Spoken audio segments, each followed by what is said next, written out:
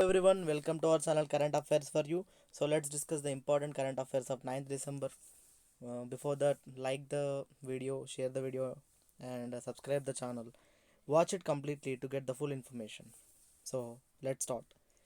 Who has been appointed as the Chief Executive Officer for the first time by WHO Foundation? So options are Greg Barclay, Uday Shankar, Raj Kiran Rai ji, Anil Soni. So option D is correct here. Anil Soni has been appointed by WHO World Health Organization as its CEO, Chief Executive Officer. You can see him in the picture. He is Anil Soni. And let's discuss the other options also. So Greg Barclay has been appointed as ICC Chairman, International Cricket Council Chairman from New Zealand. Greg Barclay, he is from New Zealand. He has been appointed as ICC's new chairman.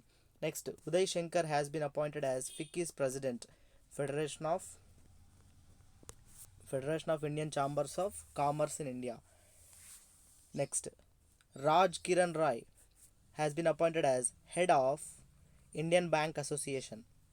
Indian Bank Association. I will tell you again. Greg Barclay, ICC's news chairman. Uday Shankar, FICCI's new president. Raj Kiran Rai ji, head of Indian Banks Association. Anil Soni has been appointed as a CEO for the first time by WHO. So previously he worked in global infectious diseases.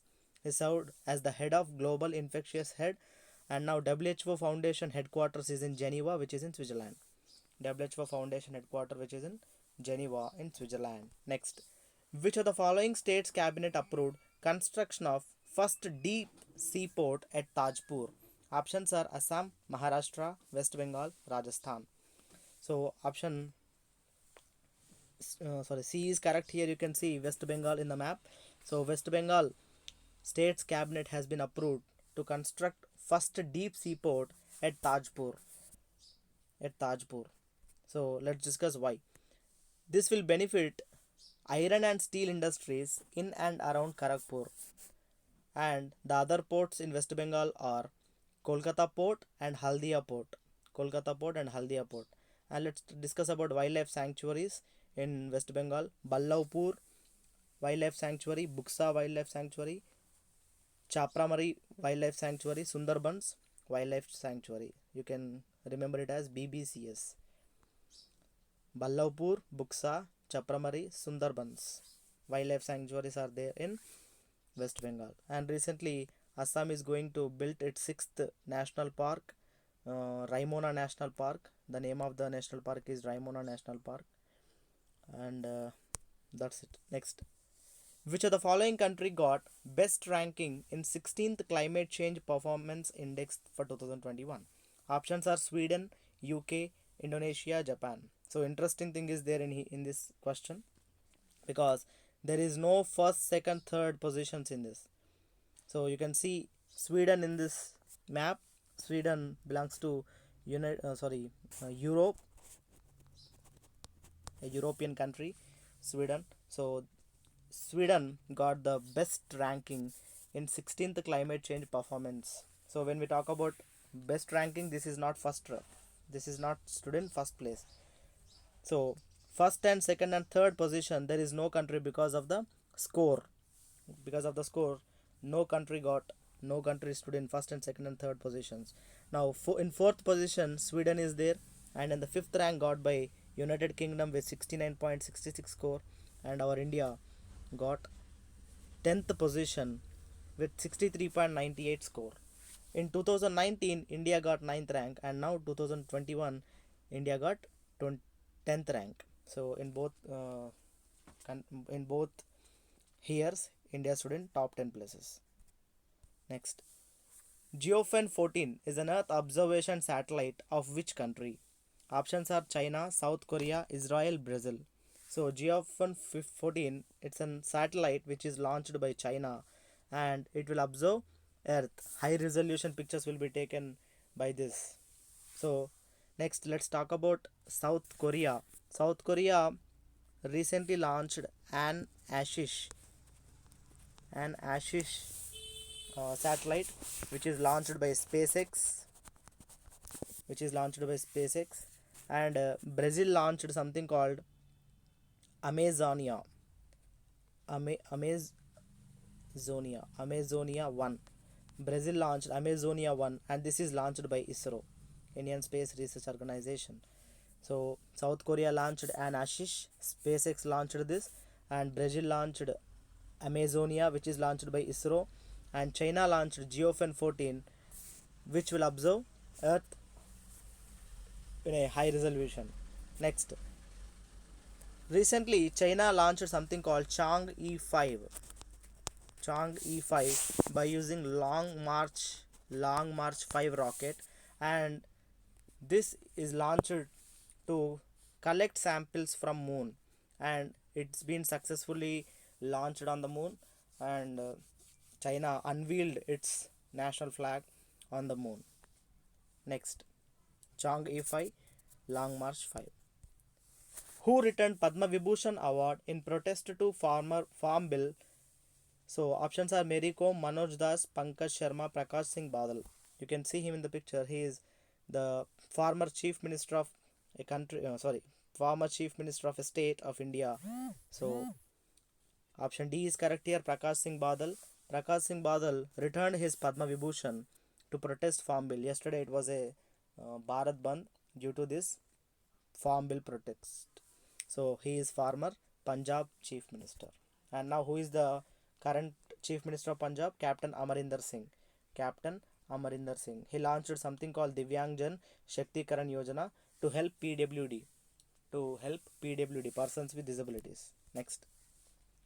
According to IUCN World Heritage Outlook 3 report, which are the following region of the India under significant concern? Options are Eastern Ghats, Western Ghats, Gulf of Mannar, Rana of Kutch. So option B is correct here. According to IUCN World Heritage Outlook 3, the Western Ghats are going to be significant concern. Why, I will tell you. So first let me give a look of Western Ghats. So these are Western Ghats, Northwestern Ghats, Central Western Ghats, and Nilgiris and Southern Western Ghats.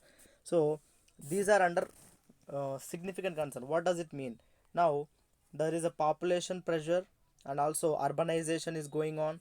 That's why these are decreasing day by day. So that's why IUCN World Heritage Outlook 3 report given Western Ghats under significant concern. So the problems are threatened by population pressure, urbanization, and climate change. These are decreasing daily. So that's why they are under the report. Next, what is the theme of 2020 edition of IIT Global Summit organized by Pan IIT USA? Options are technology is future, technology and problems, the future is now, future with technology. So guess the answer for this. What is the theme for IIT Global Summit? If your answer is the future is now, then it is correct. Option C is correct. The future is now, which is the theme for 2020 edition of IIT Global Summit organized by Pan IIT USA. Our Honorable Prime Minister Narendra Modi addressed on this occasion. This is a 2-day summit. Next, this is chaired by Sanjeev Goyal and co-chaired by Viti Bindra. Chaired by Sanjeev Goyal and co-chaired by Viti Bindra. Next, Nepal and China announced the revised height of Mount Everest recently. What is the new height of Mount Everest? So, what is the previous height of Everest? Mount Everest 8,848 meters. And now, what is the new height? Options are 8850, 8,848.86 meters. So options 8846.86, 8847.86. Option B is correct here, 8848.86, 8848.86 meters. So it means that now the new height of the new height of Mount Everest has been increased by 86 centimeters. 86 centimeters. Now, why they did? Let's know. The new height is 86 centimeters more than the previous height measured by Survey of India in 1954, but now it is measured by Nepal and China together. And the decision to measure is of so many reasons, and one of the reason is Nepal's earthquake in 2015. So they measured the new height of Mount Everest, that is 8,848.86 meters. Remember, this is very important. Next, Orcha Chatris has been named as UNESCO's World Heritage City recently. In which of the following state it is located? So Orcha Chatris has been named in UNESCO's World Heritage City. So options are Assam, Maharashtra, Madhya Pradesh, Odisha. So option C is correct here in Madhya Pradesh. Two things. One is Orcha Chatris and the second one is Gwalior Fort.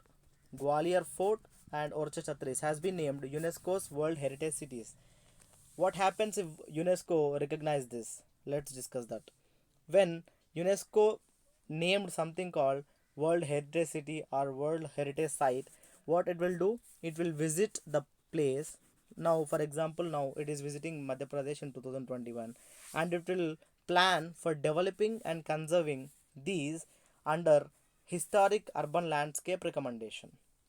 They will develop and conserve these places. So now Orcha Chatris and Gwalior Fort both are in Madhya Pradesh state. Next. So Assam, I told you the sixth national park of Assam is going to be constructed. The name of it is Rainmona National Park. And recently Maharashtra government also approved for 10 conservation centers and one wildlife sanctuary. And the name of the wildlife sanctuary is Kanhar Gohan Wildlife Sanctuary. Kanhar Gohan Wildlife Sanctuary in Maharashtra. So 10 conservation reserves and one wildlife sanctuary, which is done by Uddhav Thackeray, the Chief Minister of Maharashtra. So next, Madhya Pradesh, I told you yesterday also, Adi Parv or Adi Mahotsav or National Tribal Festival has been started firstly in Madhya Pradesh, then in Gujarat, then in West Bengal. 10 days in each. Next, which of the following bank has launched Atmanirbhar Women Scheme? Options are BOB, ICICI, HDFC, SBI. So, if your answer is Bank of Baroda, it is correct answer. Bank of Baroda recently launched Atmanirbhar Women Scheme. Under this, why they launched this? To help women to be self-reliant. To help women to be self-reliant. So, Bank of Baroda headquarters in Vadodara, Gujarat. Managing Director and Chief Executive Officer for BOB is Sanjeev Chadha, and the tagline is India's International Bank. India's International Bank. This may be asked in question also, in exams also. So remember this also. The tagline of BOB is India's International Bank. Who wrote the book Romancing Targets? Get Closer to Selling in 7 Steps? Options are Chitra Banerjee, Anita Anand, Nidhi Vadera, Alfredo Covelli. So this is a very important book because it is written by the first woman in selling department. For example, I will show you her. So she is the one who did this, and her name is Nidhi Vadera. So Nidhi Vadera wrote the book Romancing Targets, Get Closer to Selling in 7 Steps. And next, Chitra Banerjee wrote The Last Queen. The Last Queen. And Anita Anand wrote The Patient Assassin, A True Tale of Massacre and the Raj. The Patient Assassin, A True Tale of Massacre and the Raj. For this, she won Pen Hazel Tiltman Award for 2020. Pen Hazel Tiltman Award for 2020, very important. Next, Alfredo Covelli wrote something called Vahana Masters. Alfredo Covelli wrote Vahana Masterclass, which is a tale about Ganesha, Indian mythology. Next, 36th SAARC Charter Day is celebrated on which day? Options are 5th December, 4th December, 8th December and 2nd December. So option C is correct here, 8th December. 36th SAARC Charter Day is observed or celebrated on 8th December every year. What is SAARC stands for? South Asian Association Regional Cooperation. So 5th December we celebrated as 2 days are there. One is World Soil Day, and the other one is International Volunteer Day. International Volunteer Day and World Soil Day we celebrate 5th December, and 4th December International Day of Banks, and 2nd December we celebrate National Pollution Control Day and World Computer Literacy Day. World Computer Literacy Day and National Pollution Control Day. So let's talk about this in detail.